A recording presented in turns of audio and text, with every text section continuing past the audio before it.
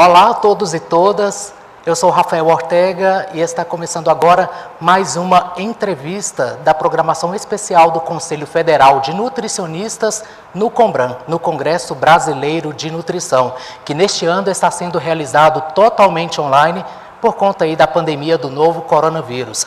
E a gente vai falar sobre mindfulness e mindful eating. Para falar sobre isso, eu convidei duas especialistas sobre o tema. Na verdade, uma delas é a nossa conselheira, lá do CFN, é a conselheira Lorena Chaves, nutricionista também, claro. Tudo bem, Lorena? Oi, Rafa, tudo bom? Tudo bom. E a outra nutricionista é lá do CRN3, do Conselho Regional de Nutricionistas. É a nossa colega Vera Lúcia Salvo. Oi, Vera, tudo bom? Tudo tá bem? Me ouvindo bem? Prazer estar aqui com vocês. Prazer. Então, a gente vai falar aqui nessa entrevista sobre mindfulness e mindful eating, né, Vera? E eu que sou da área da comunicação, eu conheço muito esse termo mindfulness como atenção plena, mas assim, no espectro da área da comunicação social, na área do marketing, né? Como esse conceito é aplicado de maneira geral na área da nutrição ou na área da saúde como um todo? Bem, na verdade, para a gente falar sobre o Mindful Eating, que é o mindfulness aplicado à alimentação, é importante a gente resgatar um pouquinho do próprio conceito, como você mencionou, de mindfulness. Então, mindfulness na literatura não tem apenas um único conceito, porque é algo que pode ser definido a partir de alguns construtos, né, bidimensionais, unidimensionais, mas uma maneira mais simples de nós compreendermos, porque se a gente falar atenção plena, pode não dizer muita coisa. Então, nós poderíamos compreender como uma possibilidade de sairmos do automático. E esse sair do automático para prestar atenção tem alguns pilares, algumas características. Então, não é apenas o foco, mas a gente poder ter uma atitude diferente. Então, uma atitude mais aberta, não julgadora, a possibilidade de sermos mais curiosos, né? A mente do principiante. Para que a gente, então, com essa abertura, com essa curiosidade e gentileza, a gente se permita viver o aqui e o agora. Sim, Vera, entendi. Vamos fazer o seguinte, a gente vai desdobrar, né, esse conceito de mindfulness, mindful eating, também mais para frente, durante a nossa entrevista. Eu vou pedir para que você se apresente agora, porque eu acabei fazendo a pergunta e acabei atropelando essa etapa aqui do nosso roteiro. Pode se apresentar aí para o pessoal do CONBRAN?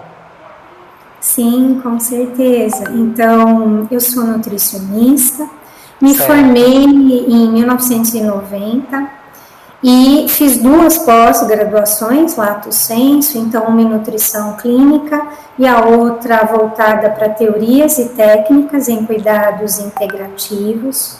O meu mestrado e o meu doutorado foram com doenças crônicas, então inicialmente no mestrado, que eu terminei em 2000, nós trabalhamos com a construção e validação do questionário de frequência alimentar para a população obesa, quando esse assunto era muito pouco conhecido.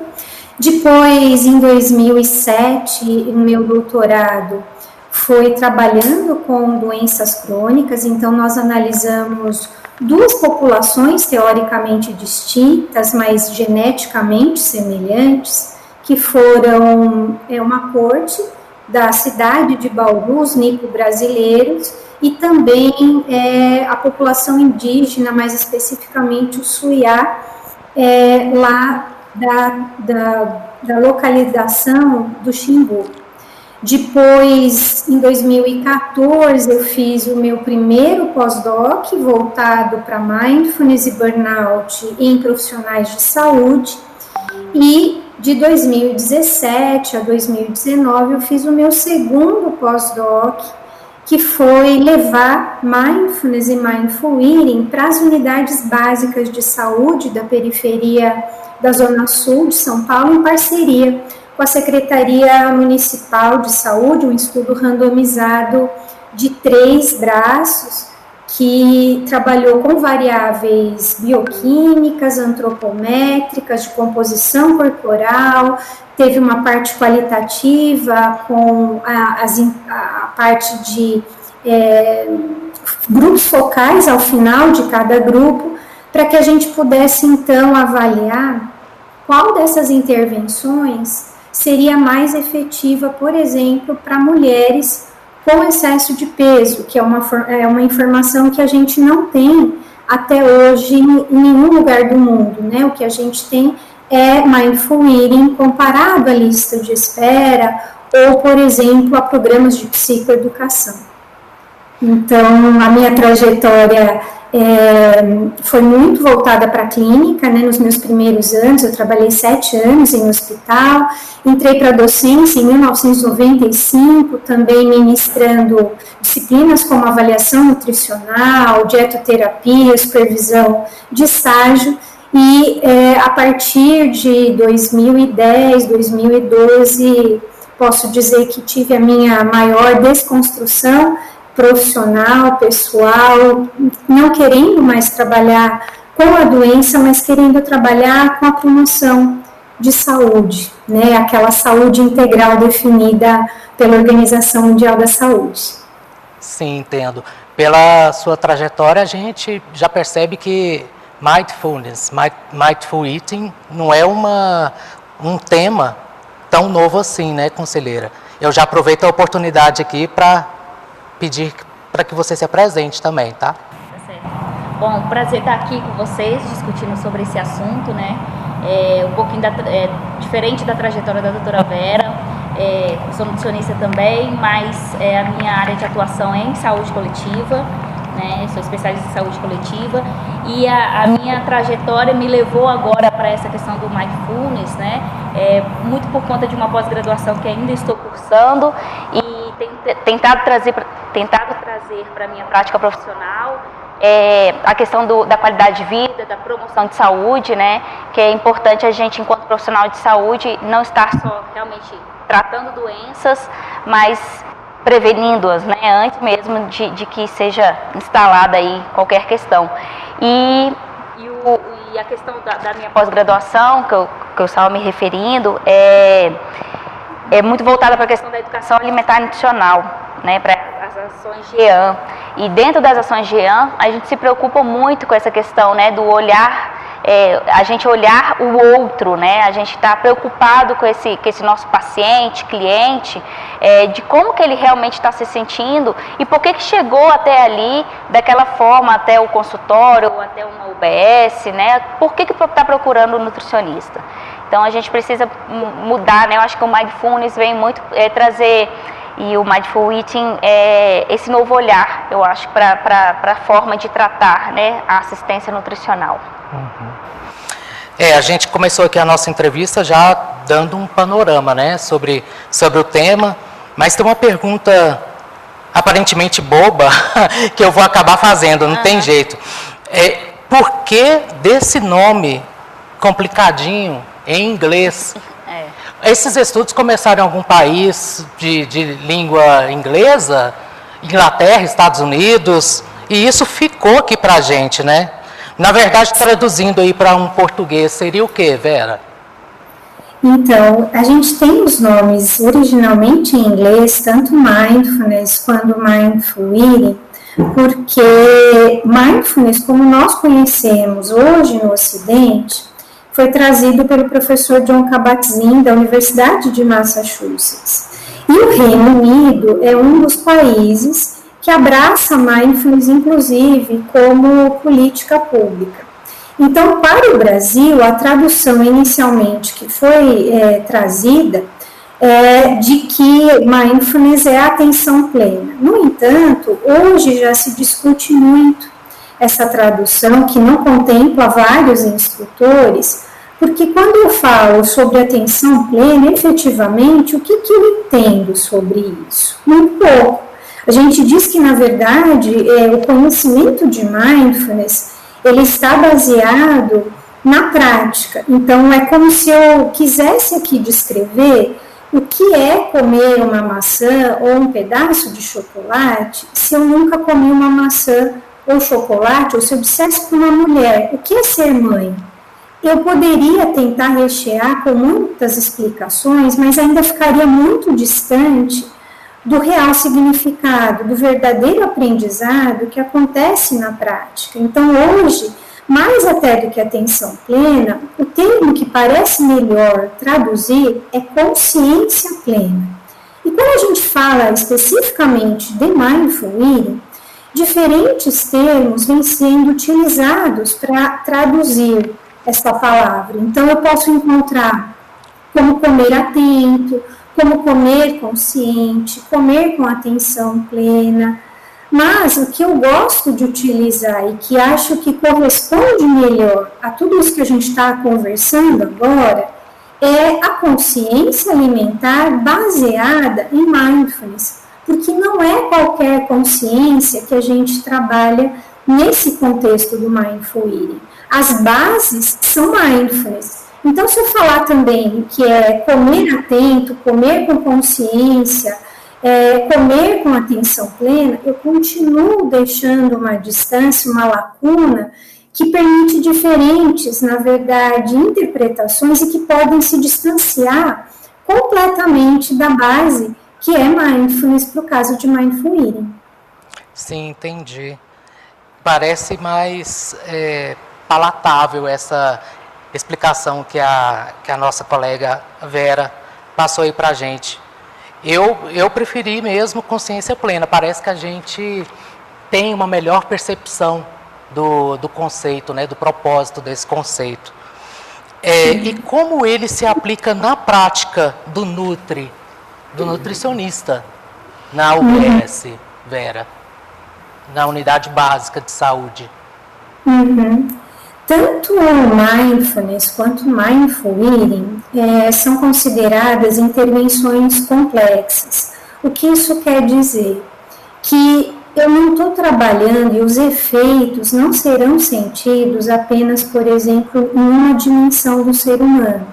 Então, eu vou mexer tanto com o aspecto físico, o aspecto emocional, o aspecto psicológico e, mais recentemente, também vem sendo levantado o aspecto espiritual.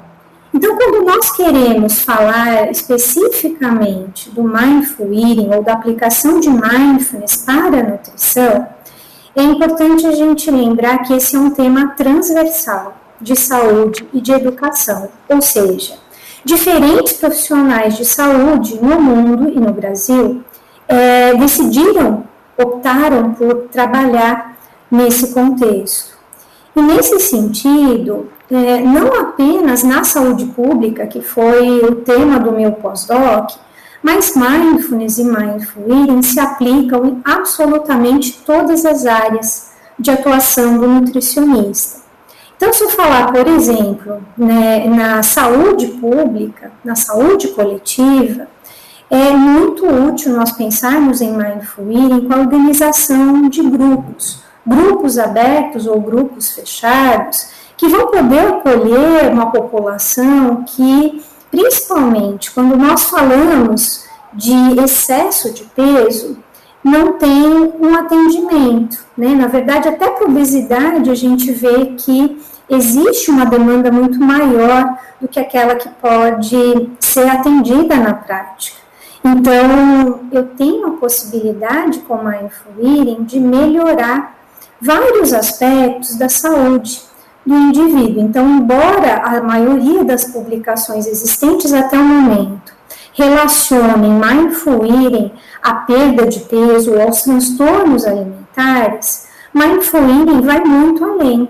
Então, eu posso melhorar, por exemplo, falando de obesidade e falando de doença crônica, a adesão ao tratamento, que vai também além do tratamento nutricional, mas o inclui também. Então, perdão, pode falar. Não, é só para não perder o gancho aqui, porque você tocou no assunto relacionado às áreas de atuação do nutricionista, né? E já que a gente está aqui com a conselheira federal, Lorena Chaves, eu gostaria que ela explicasse, que ela falasse um pouco mais dessas áreas de atuação que estão na resolução 600. Isso, né, conselheira? Isso aí eu estava só esperando a Vera concluir, né?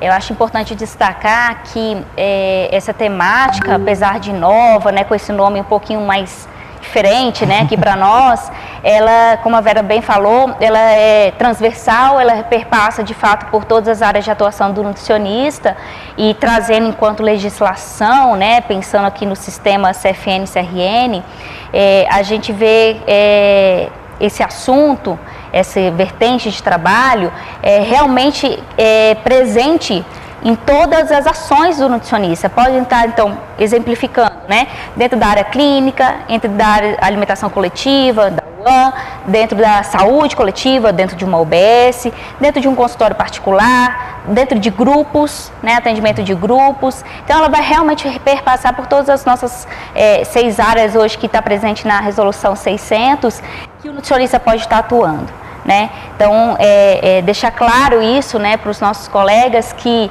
quando se entende, né, se estuda e se debruça sobre essa forma de atuação, ela está presente em todas as nossas áreas mesmo. Né? Então, eu, inclusive, enquanto professora, né, que estou no momento, da área de saúde coletiva, eu levo, né, esse conteúdo, esse conhecimento para os meus alunos. Né? Dentro de ações educativas, ações de educação alimentar nutricional, a gente também leva a vertente do Mindful Eating, que é justamente essa atenção plena da consciência alimentar. Né? Então, ela, de fato, esclarecendo, ela está perpassa por todas as nossas áreas de atuação hoje previstas na legislação.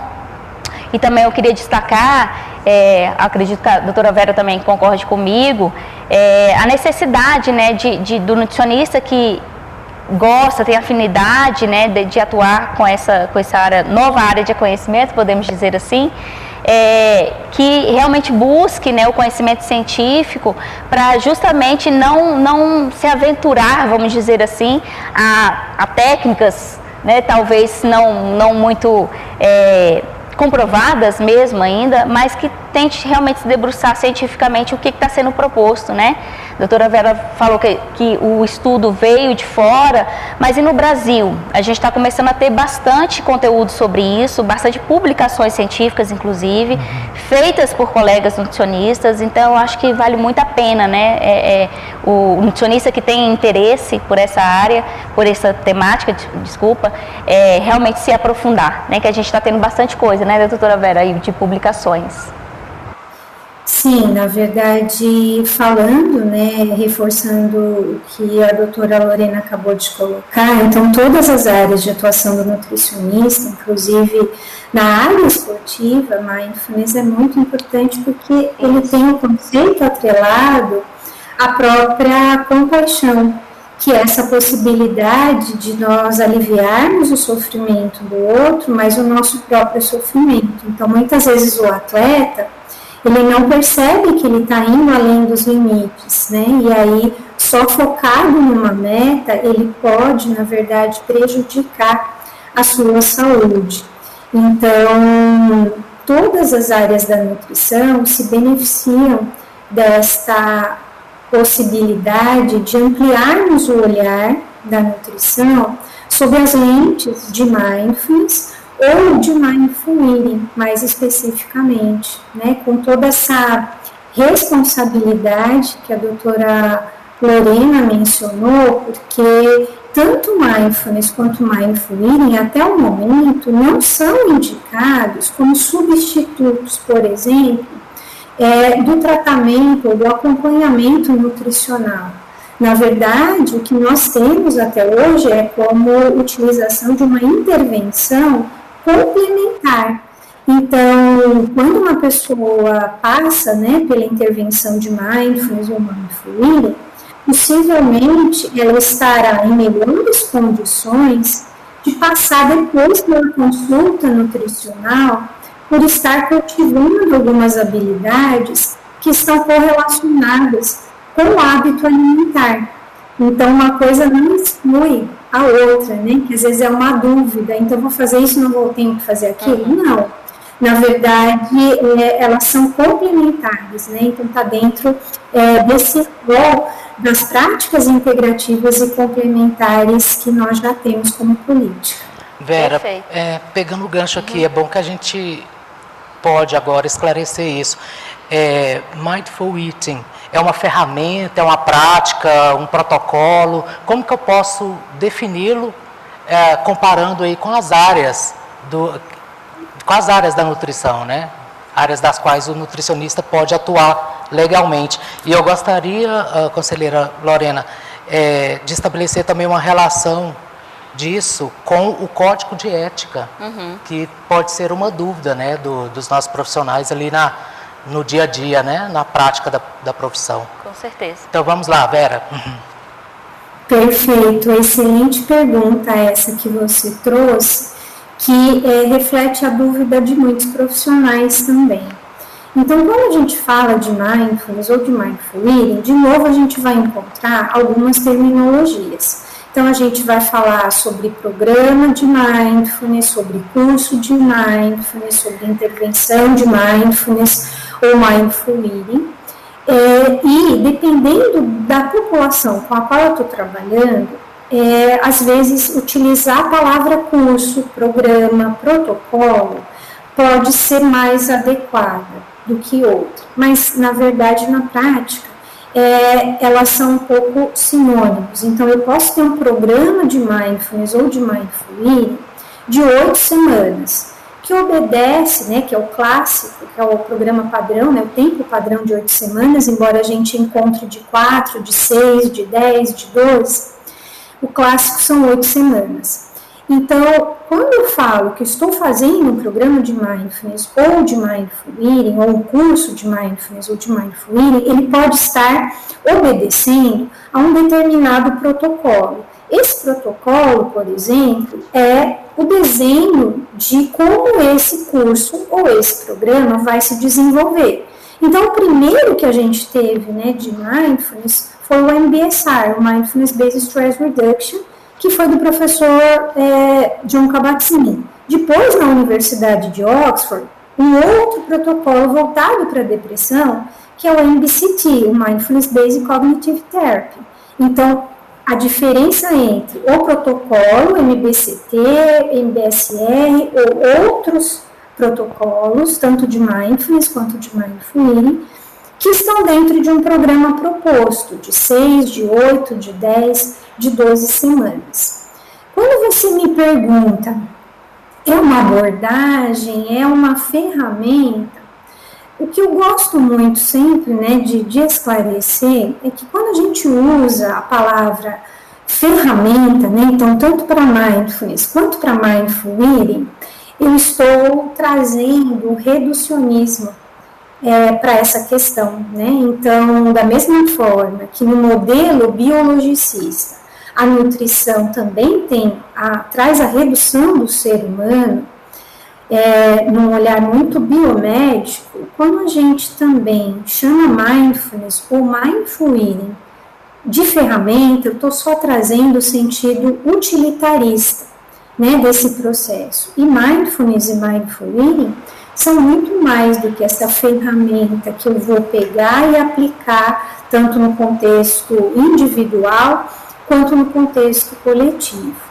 No máximo, a gente poderia chamar de abordagem, né, que é uma aproximação, um contato com um olhar, uma visão diferenciada que parte do próprio profissional, que sai desse lugar extremamente prescritivo de um ensino mais cartesiano para o papel de tutor, em que se percebe enquanto ser humano frente a quem o procura, trazendo um maior alinhamento entre aquilo que ele pensa, que ele fala, que ele faz, uma forma de viver, uma forma de estar na vida. Então, desta maneira, eu posso estar honrando as origens tanto de mindfulness, que é de milhares de anos, quanto de mindful eating, que é mais recente, né? Então, isso é muito importante a gente esclarecer, porque dentro desse mundo, né, desse nosso, como diria o Bauman, né, da sociedade líquida, a gente às vezes quer se apropriar rapidamente de alguns conceitos e sair aplicando. E isso é bastante perigoso, por exemplo, quando a gente fala de mindfulness e mindful eating, porque a gente não sabe o que vai ser despertado no outro. Como eu disse, é uma intervenção complexa. E ao invés de, às vezes, beneficiar, se não tiver o devido preparo, eu posso, muito pelo contrário, prejudicar muito essa pessoa. Então, Vera, preciso muita responsabilidade. Certo. Você falando, me veio aqui à cabeça, né, a questão de dar nomes, né, exatamente do que a gente está falando, mindful eating. Eu acho que fica legal, né, trazer um exemplo, Rafa, que dentro da área de saúde coletiva, dentro da alimentação escolar, né, que é um programa que a gente já conhece, todo mundo conhece, consolidado, e a gente pode trazer esta abordagem, né, do comer consciente, né, dentro, por exemplo, do PNAE, né. Então, pensando aí na prática do nutricionista, utilizando essa vertente, ele vai trazer, entenda que é um processo, né? Ele não vai trazer um dia e aplicar uma técnica, né? É um processo dentro, por exemplo, de ações educativas que são realizadas ali dentro do ambiente escolar. Ele vai trazer a abordagem, né, do mindful eating, trazendo desde crianças, né? Pensando crianças, adolescentes, que são o público desse programa, dessa interação com o alimento, né? Que os princípios do Mindful Eating trazem, né? A questão do respeito aí às questões dos sintomas, sinais de fome e saciedade que o nosso corpo traz, né? Então, isso a gente pode trazer desde criança, né? Ensinar isso desde criança, e isso dentro do ambiente escolar é perfeito também de ser trazido, né? Então, a relação do aluno com aquela alimentação que está sendo oferecida ali diariamente, podem trazer, né, abordagens do Mindful Eating para aquele dia a dia, né? Então, o nutricionista pode trazer na sua prática. Ela falando ali qual é o nome que a gente daria, acho que a gente exemplificando, né, como o nutricionista traz isso, porque o nome é muito novo, mas às vezes o nutricionista já faz isso há muito tempo, intuitivamente, de repente, né, não com todas as técnicas, com todos os protocolos, mas aquilo que eu estava ressaltando, né, a importância que o profissional que queira realmente tratar desse assunto, trazer para sua abordagem profissional, que se debruce mais, né, sobre os estudos presentes, que com certeza, já trazendo para o que você me perguntou anteriormente, ele vai estar nos preceitos éticos da profissão, né? O que o nosso Código de Ética, a Resolução 599 nos traz, é que a atuação profissional tem que estar baseada em evidências científicas, né? Então, se ele não fugir disso, com certeza ele vai ter uma atuação ética. E também... É nesse ponto que conversa com o código. Exatamente. Né? E também a questão da atuação profissional enquanto assistência nutricional, que é assim, né? Nosso dia a dia ali, seja no consultório, seja numa UBS, seja numa UAN, seja na área esportiva, né? O que nós nutricionistas oferecemos é assistência nutricional. Então, a nossa avaliação nutricional, a nossa prescrição, a nossa orientação, né? Tudo isso, se a gente tem base científica e se eu quero usar a abordagem do Mindful Eating nessas ações, protocolos, eu vou estar atuando de forma ética, né? Então, ele não foge, se eu estou fazendo um atendimento com abordagem Mindful Eating, eu estou indo contra o Código de Ética? De jeito nenhum, né? Então, isso está dentro da nossa atuação profissional da assistência nutricional, né? Então, se a gente atua dentro da legislação que eu estava anteriormente falando, da Resolução 600, que está transversal a todas as áreas, e respeitando os preceitos éticos, com certeza eu estou respeitando tudo isso, né? E eu não vou estar sendo antiético. Conselheira, me ocorreu aqui a seguinte questão. A Base Nacional Comum Curricular traz a questão da educação alimentar e nutricional para as crianças e adolescentes do ensino fundamental e médio. Talvez essa abordagem, né, do Mindful Eating possa aí ajudar, né, os educadores nas escolas, os pedagogos, trabalhando junto ali com os nutricionistas, né, de um sistema de ensino público. Perfeito. Né? A doutora Vera também pode falar um pouco melhor, mas que eu estava falando da minha experiência em saúde coletiva, é justamente você, desde lá da infância, trazer a abordagem do comer consciente. E o que é o comer consciente? É você entender os sinais do seu próprio corpo, né? E a criança já nasce com isso, né? Todos nós, na verdade, já nascemos com isso. E às vezes no andar aí, no crescimento, a gente vai, enquanto até como pais, educadores, a gente vai até podando, né? Diminuindo esses sinais e sintomas de fome e saciedade, né? Forçando comer, né, doutora Vera? Comer, a criança tem que sair da mesa só depois que raspa o prato todo, né? Isso são maneiras a gente estar podando esses sinais de fome e saciedade naturais do ser humano, né? Sim. Então, se a gente trabalha isso dentro da escola, por exemplo, mais uma vez voltando ao PNAE, trazendo essa questão do... Junto aos alunos e aos pais também. Isso, né? O auxiliar a criança dessa conscientização mesmo, né? Do que ela está comendo, que cheiro, que sabor, que cor, textura tem aqueles alimentos, né? Isso tudo a gente está se conectando com esse corpo, com esses sinais, com esses sintomas que eu estou me referindo, né? Então, acho que é perfeito a gente casar essas coisas, né? Eu acho que a doutora Vera tem outras experiências profissionais aí com a questão da UBS, né? Eu estou falando muito da escola, que é a minha área, mas... Vamos para a UBS agora. Vamos para a UBS. Diga aí um pouquinho, Vera. Na verdade, né, isso que a doutora Lorena traz é muito importante. Então, desde 90, quando eu fiz estágio no ambulatório, né, de pediatria da Unifesp, aqui em São Paulo, trabalhando com o ambulatório de obesidade e baixa estatura, a gente já trabalhava de maneira sistêmica, né? Então, a criança ela não tem autonomia, então é muito importante que a gente trabalhe os pais e trabalhe as crianças também, porque senão a gente só vai gerar frustração, né? E aí, diferentemente do que a gente fazia na época, né, que era educação mesmo nutricional, e aí a gente trabalhava com o que a gente chama de sabedoria externa da ciência da nutrição. Em Mindful Eating, a gente também traz ao que a gente chama de sabedoria interna, que são esses sinais do corpo que já foram aqui mencionados. Então, a criança, como a doutora Lorena trouxe, ela naturalmente, ela tem muito mais aguçado do que nós, esses sinais internos, porque ela não está olhando no blog, ela não está olhando no Instagram o que o outro está fazendo, ela está seguindo aquilo que o corpo dela está pedindo.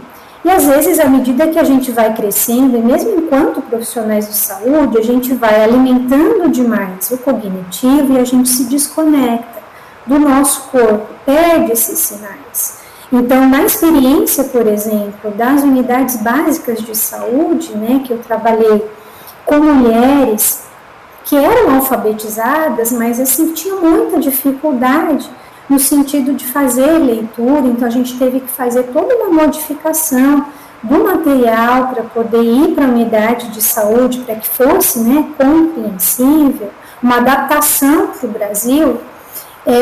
A gente percebeu, né, tanto pelos grupos focais que foram realizados ao final de cada um desses grupos, como também no dia a dia das sessões, que o fato delas terem essas dificuldades, de terem baixa escolaridade, não atrapalhou o acesso que elas tiveram a questões muito profundas.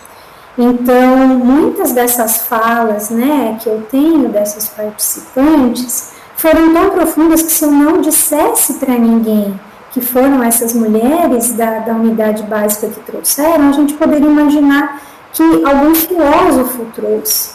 tamanha profundidade. Então, esse é um aprendizado que acontece de um outro lugar, que permite que, na verdade, o alimento, que é a relação mais antiga e mais perene que a gente tem na vida, possa, na verdade, resgatar muitas coisas.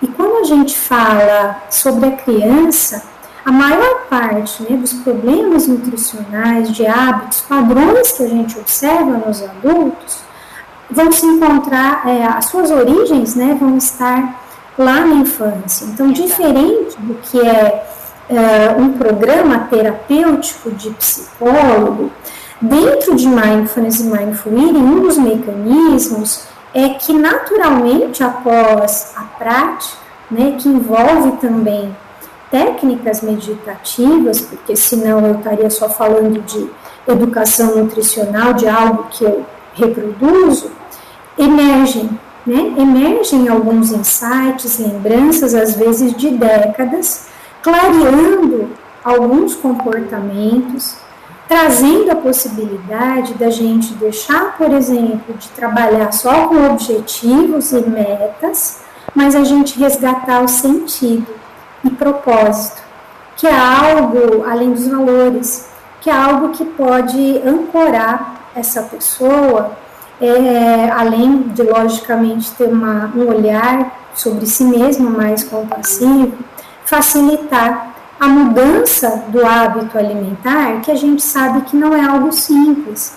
E como a doutora Lorena mencionou anteriormente, é um processo, não é um evento, é como a sementinha que a gente planta, e não adianta eu colocar a sementinha e ficar ali olhando para ela, querendo que ela cresça. Ela vai crescer, vai desabrochar no tempo dela. E cada um de nós tem seu tempo, de acordo com a sua história, com a bagagem que carrega das experiências que viveu. Então, não é um evento que é um botãozinho que eu aperto lá, agora entendi. Aprendi que é dessa forma, então agora eu vou fazer tudo diferente? Não.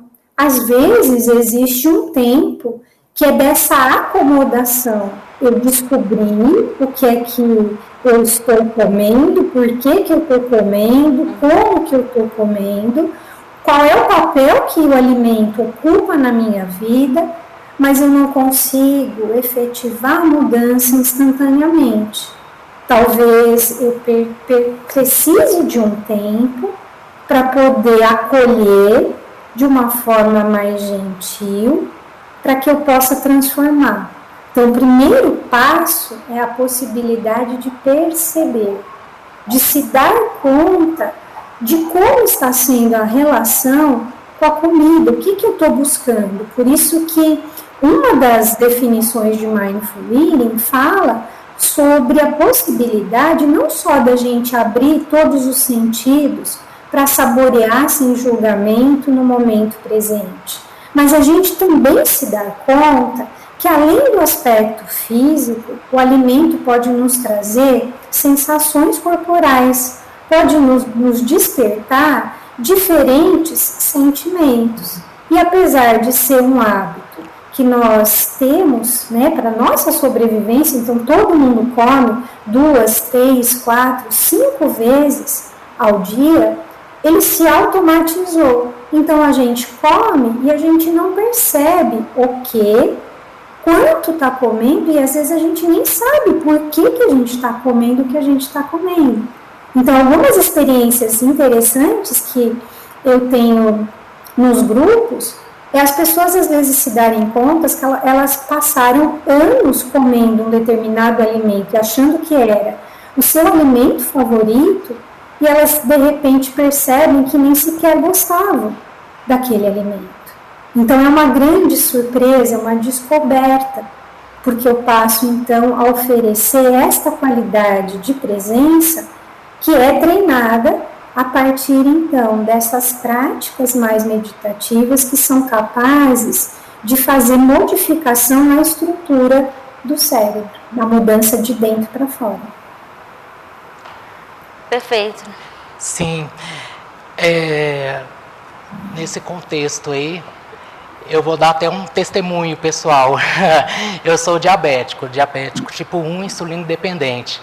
Então, essa relação que envolve, né, comida, sentimentos, percepções, já me perpassou muito, já vivenciei muito isso, né? Por exemplo, como um diabético, não profissional no caso, né? Eu não sou um profissional da saúde. Como uma pessoa diabética que tem uma comorbidade poderia usar essa técnica? Não de maneira talvez puramente prática ou muito voltada ali para a técnica, mas assim, como ele poderia utilizar algumas nuances até para tornar o seu dia a dia melhor, né?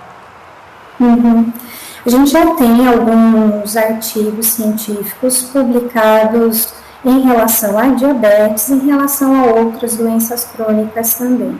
E o que a gente observa, né, de semelhante, independente de qual seja a doença crônica a qual nós estamos nos reportando, é muito comum a gente ter uma prevalência aumentada de ansiedade, de depressão e de falta de aceitação sobre a situação que eu estou vivendo. Então, é lógico que quando eu recebo um diagnóstico de uma doença crônica, que eu sei que não tem cura, mas que vai depender, né, de como eu vou me relacionar com ela para ter melhor qualidade de vida, para que eu possa não apresentar ou minimamente apresentar complicações, eu preciso, na verdade, aceitar que é isso, é o que temos para hoje. Isso é muito fácil da gente falar, mas é difícil de colocar na prática.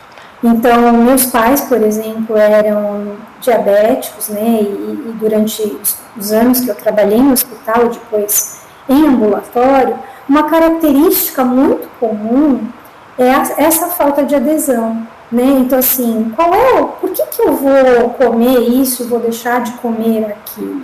Uma resposta muito comum dos clientes, dos pacientes não tem cura mesmo, todo mundo vai morrer, então eu vou comer aquilo que eu gosto. Então, de novo, a gente resgata, né? Qual é a minha âncora de sustentação? O que me motiva a fazer ou deixar de fazer algumas coisas em relação à minha vida, em relação ao meu estilo de vida, em relação à minha alimentação?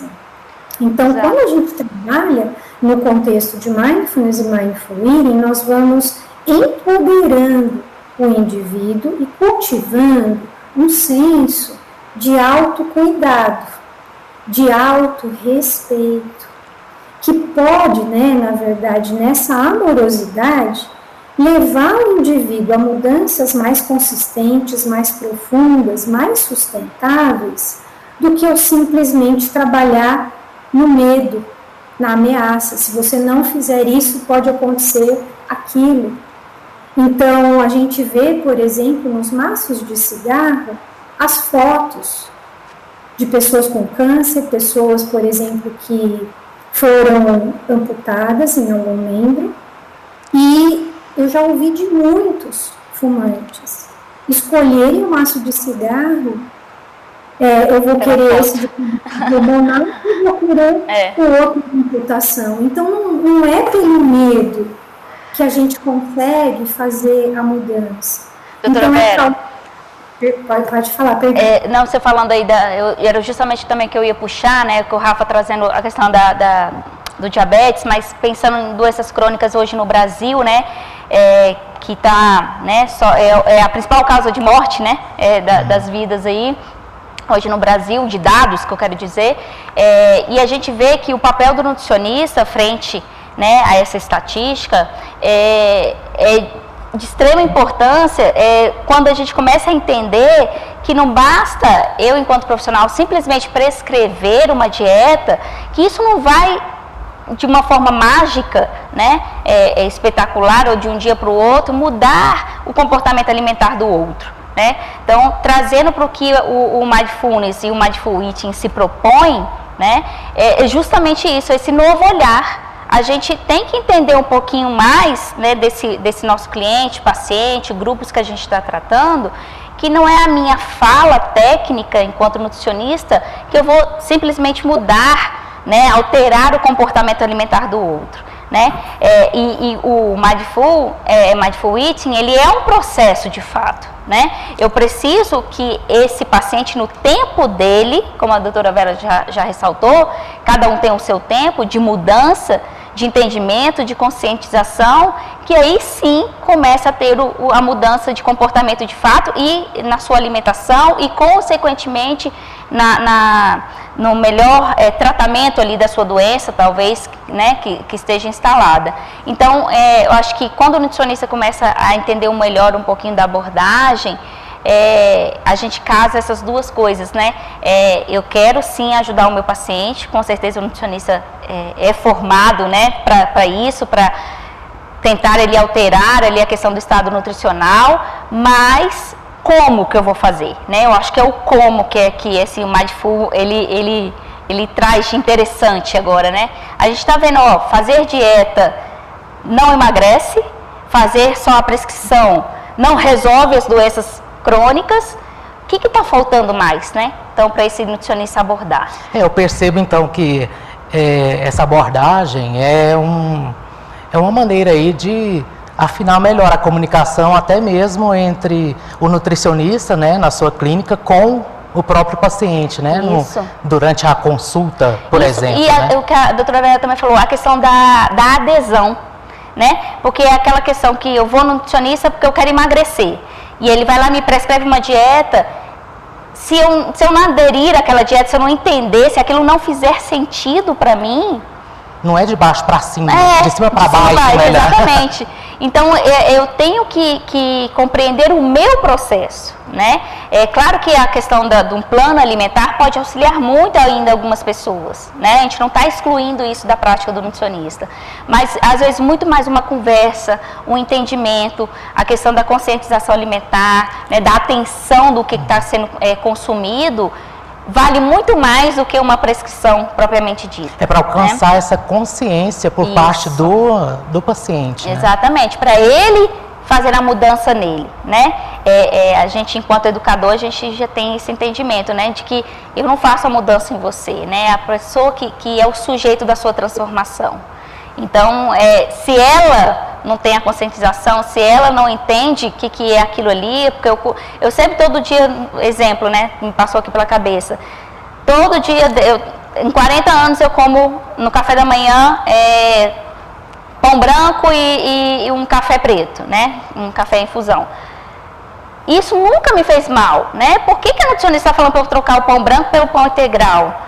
Então, eu preciso entender esse processo. Não basta ela me escrever isso num papel, que amanhã agora eu vou começar a comer pão integral. Porque trocar essa altura do campeonato, né? 40 anos eu passei comendo pão branco, por que né, eu vou trocar agora? Então, eu acho que as consultas nutricionais acabam também tendo uma mudança, né? Essa conversa, essa abordagem, para que a adesão ao tratamento, ao plano alimentar e, consequentemente, vai trazer essa realmente conscientização para o seu paciente, para o seu cliente, né?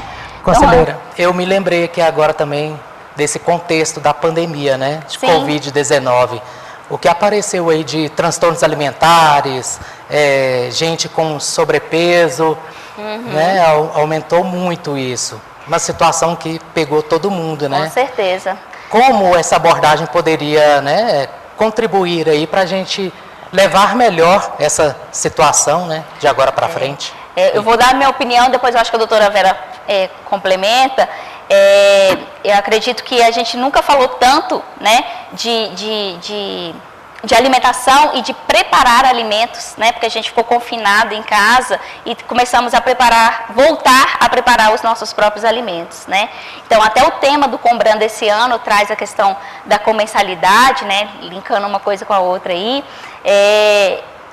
trouxe para as famílias e para as pessoas esse pensar novamente em como se alimentar, que a gente estava um pouco no automático, né? eu fazia minhas refeições, eu tinha uns locais para fazer minhas refeições, eu não tinha tempo para nada, porque eu tinha que trabalhar, eu tinha que sair, tinha o trânsito, Fast tinha tudo. Então a gente não parava, né, para essa conscientização. Eu acho que a pandemia trouxe essa volta da conscientização, né? O que eu estou comendo, por que eu estou comendo, quanto custa esse alimento, como que eu vou preparar, como que eu vou servir.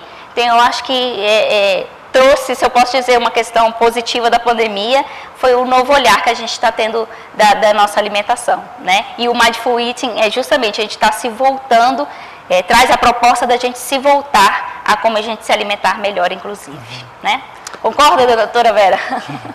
Completamente, né? Na verdade, né, na pandemia, a gente viu um aumento de mais ou menos 4.000% de interesse em mindfulness. É mesmo. Então, as pessoas, na verdade, ao serem confinadas, né, então perder essa liberdade, levou, né, necessariamente mais à cozinha. Mulheres que nem sabiam cozinhar porque tinham as suas ajudantes, tiveram que encarar o desafio. E a cozinha, ela pode ser, né, dentro do conceito de Mindful Cooking, ela pode ser um espaço de prática de consciência plena extremamente rico, porque a gente tem muitas possibilidades, é quase que um laboratório, né, a cozinha. É o coração da casa, é onde a gente tem conversas, onde a gente faz trocas, à semelhança do que já na Idade Média acontecia. Então, com a pandemia, a gente viu muitas pessoas, como o Rafael trouxe, se queixando, né, de ganhar peso, se queixando de ansiedade, da fome emocional. Isso porque às vezes a gente já estava com muitas coisas guardadas, né, debaixo do tapete, e que nós recebemos o convite, né, com esse confinamento, de olhar para isso. Então, como nós não fomos, né, na nossa educação primária, básica, na nossa vida, pela própria cultura da sociedade, nós não fomos ensinados a sentir as emoções. A gente foi sempre muito orientado no sentido de fazer cara, né, de paisagem, que está tudo bem, da gente não demonstrar aquilo que sente e não encarar as nossas emoções. E de repente o que acontece? Aquilo que estava ali escondido, que eu pensei que estava bem, de repente cresce de tamanho, e para eu sentir menos, eu como mais. É como se eu pudesse aplacar as minhas dores, né? E isso, de certa forma, é verdade, porque o alimento, ele também permite uma liberação, né, de neurotransmissores. É confortante, né? Que podem, né, desde as maternidades, né, que na verdade colocavam água com açúcar, o chazinho adoçado para as crianças, com a finalidade não de me alimentar, mas de me acalmar, né? Por isso que a gente fala da importância, mais do que o que, é o como eu me relaciono. Então, esse chazinho com açúcar, ele está sendo ingerido para quê? Para matar a minha sede, ou porque ele me traz a memória de momentos da minha infância em que eu ficava doente, minha mãe me dava esse chazinho com açúcar. Então, à medida que eu posso olhar para tudo que eu estou sentindo, sem precisar esconder, entendendo que é normal, porque hoje em dia parece que não é normal, você tem que estar rindo sempre, você tem que estar bem sempre, porque senão você já tem que tomar medicação. Então faz parte, né, da nossa vida, a semelhança do que acontece com o eletrocardiograma, nós temos altos e baixos. Tem dias que nós estamos felizes, contentes, mas tem dias que a gente não quer conversar, que a gente quer se recolher mais, e parece que a gente perdeu esse espaço. Então, poder olhar para essa possibilidade de que tudo isso sou eu, como diria o Jung, nós temos o nosso lado sombra, o nosso lado luz, e isso faz parte da mesma forma que o nutricionista, não é porque ele é nutricionista que de repente ele não tenha vontade ou coma de vez em quando a coxinha, o pastel, o chocolate. sem exagero, sem extremos, né? Então, não é comer todos os dias, mas é poder comer antes de ser nutricionista. Ele é um ser humano, e se ele não se permite ocupar esse espaço de ser humano, vai ser muito difícil ele receber outro ser humano que precisa de orientação e de ajuda, sem que ele seja muito taxativo, sem que ele continue reforçando o pensamento dicotômico, né, do sim e do não, do certo e do errado, do permitido e do proibido, que muitas vezes foi nos ensinado na universidade.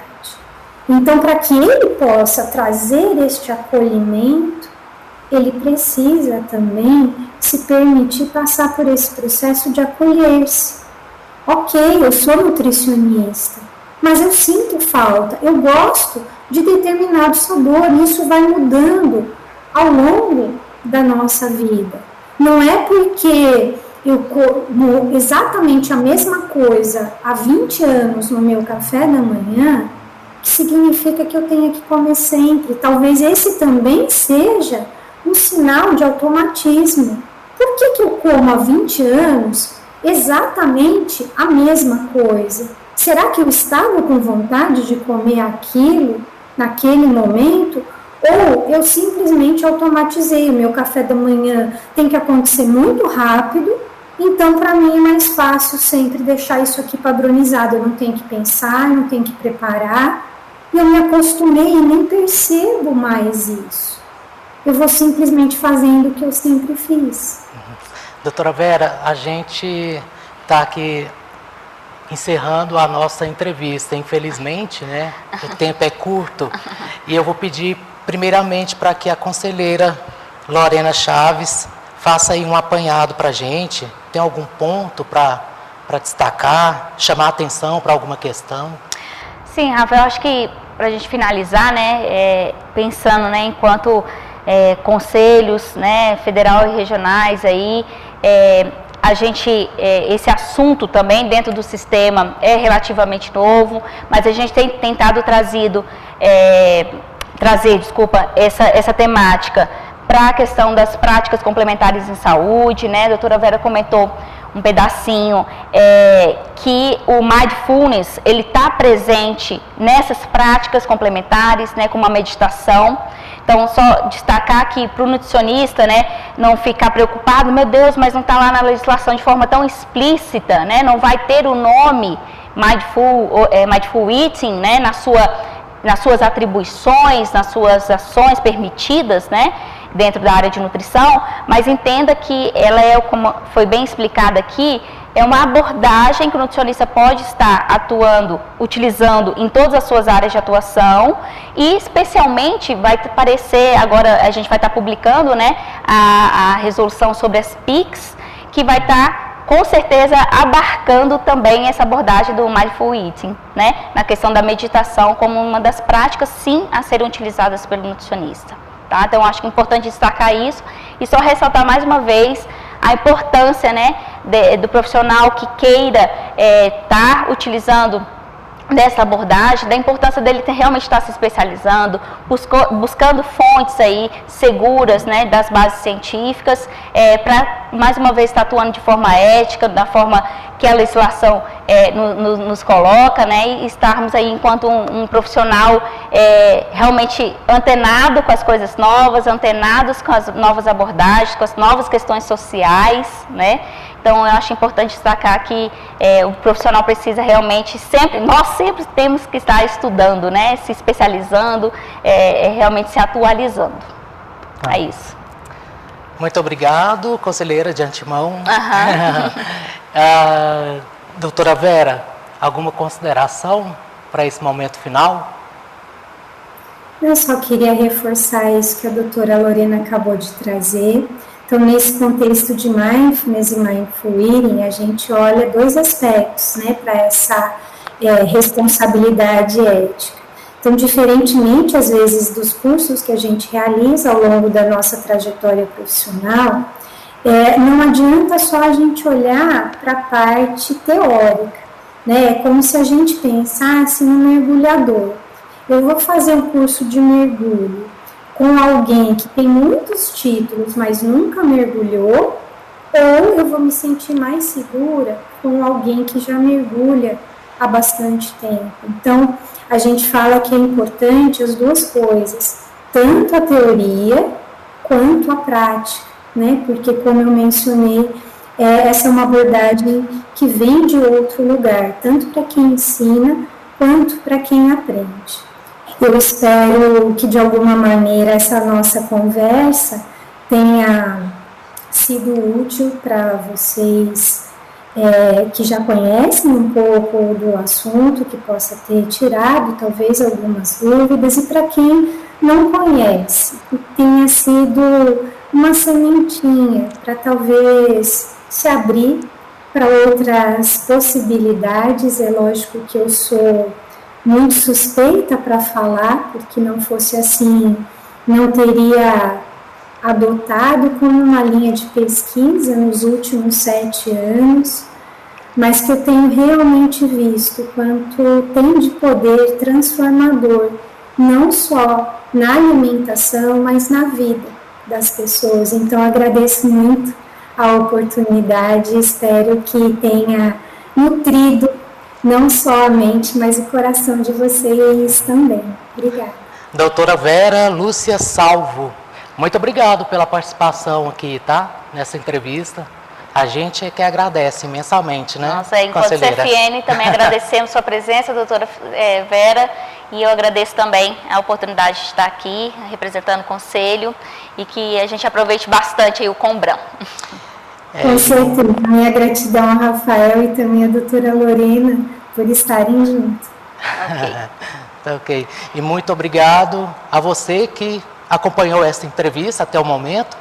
A gente com certeza deve se encontrar por aí tratando de outro tema importante para a nutrição e também para o trabalho dos nutricionistas. Até a próxima oportunidade. Tchau, tchau.